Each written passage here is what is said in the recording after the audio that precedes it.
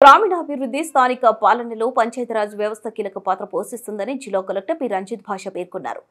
జిల్లా ప్రజా పరిషత్ కార్యాలయంలో నిర్వహించిన జాతీయ పంచాయతీరాజ్ దినోత్సవ కార్యక్రమంలో జిల్లా కలెక్టర్ ముఖ్య అతిథిగా పాల్గొని ప్రసంగించారు.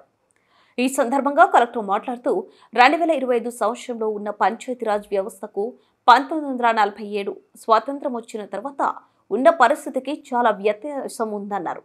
73వ సవరణకు ముందు స్థిరమైన లేదా ప్రామాణిక యంత్రాంగం ఉండేదని కాదన్నారు.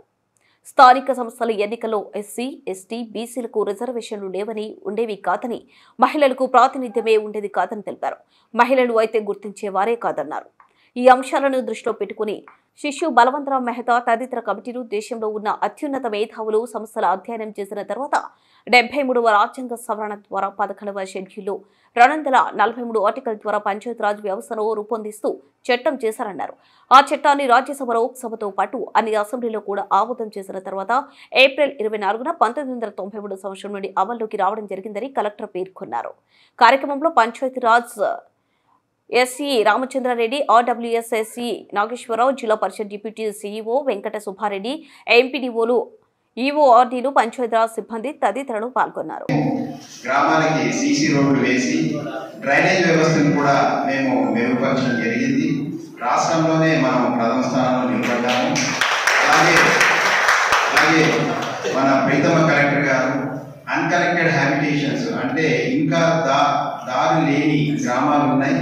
ఆ గ్రామానికి కూడా మనము ఈ సంవత్సరంలో మనం ఒక 14 గ్రామానికి కేవలం కలెక్టర్ గారి దీంట్లో మనం ప్రత్యేకంగా కలెక్టర్ గారి దీనికి అభినందించాల్సింది. దాదాపుగా 17 కోట్ల రూపాయలు మన గ్రామాలకి అంటే దారి లేని గ్రామాలకి నిధులు కేటాయించి వాటిని పూర్తి చేయడం జరిగింది.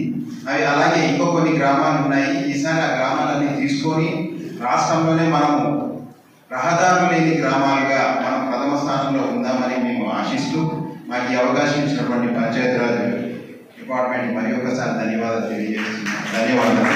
వెరైటీస్ ఆఫ్ సిస్టమ్స్ ఉంటాయి. దానివల్ల టైంకి ఎలక్షన్ జరిగేవి కాదు, అంటే ఆ బాడీస్ ఏవైతే ఉన్నాయో ఆ బాడీస్కి ఎలక్షన్ జరిగేవి కాదు. రెండవది ఎస్సీస్ కానీ, ఎస్టీస్ కానీ, ఆ బీసీస్ కానీ ఎటువంటి వీళ్ళకి రిజర్వేషన్స్ ఉన్నప్పుడు ఈ లోకల్ బాడీస్లో లేదు. అలాగే ఉమెన్కి అసలు రిప్రజెంటేషన్ ఉండదు.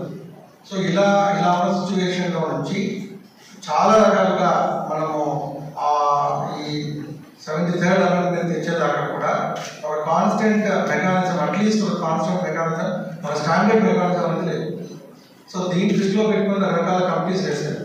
సింగ్వీ గారు, అలాగే బలవంతరావు కమిటీ, ఇలా చాలా కమిటీస్ అని అధ్యయనం చేసిన తర్వాత సో మన దేశంలో ఉన్న అత్యున్నత మేధావులు కావచ్చు, లేదు ఇన్స్టిట్యూషన్స్ కావచ్చు, రకరకాల అదర్ కంట్రీస్ స్టడీ చేసిన తర్వాత పంచాయతీరాజ్ సిస్టమ్ని ఎలా ఉండాలి దేశంలో అన్నది ఆలోచించి ఈ 73rd అమెండ్మెంట్ని ఇప్పుడు మనకి ఎంపీడీఓ కూడా చెప్పినట్టుగా ఆ 11th షెడ్యూల్లో ఈ బాధ్యతలు, రెస్పాన్సిబిలిటీస్ అన్ని పెడుతూ ఈ 243 ద్వారా ఆర్టికల్ ద్వారా మనకి మొత్తం పంచాయతీ సిస్టమ్ ఎలా ఉండాలి అన్నది డిసైడ్ చేస్తూ ఒక చట్టం చేయడం.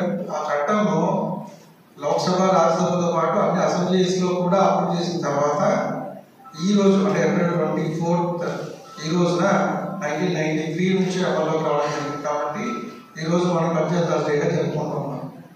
So I congratulate all of you on behalf of the government.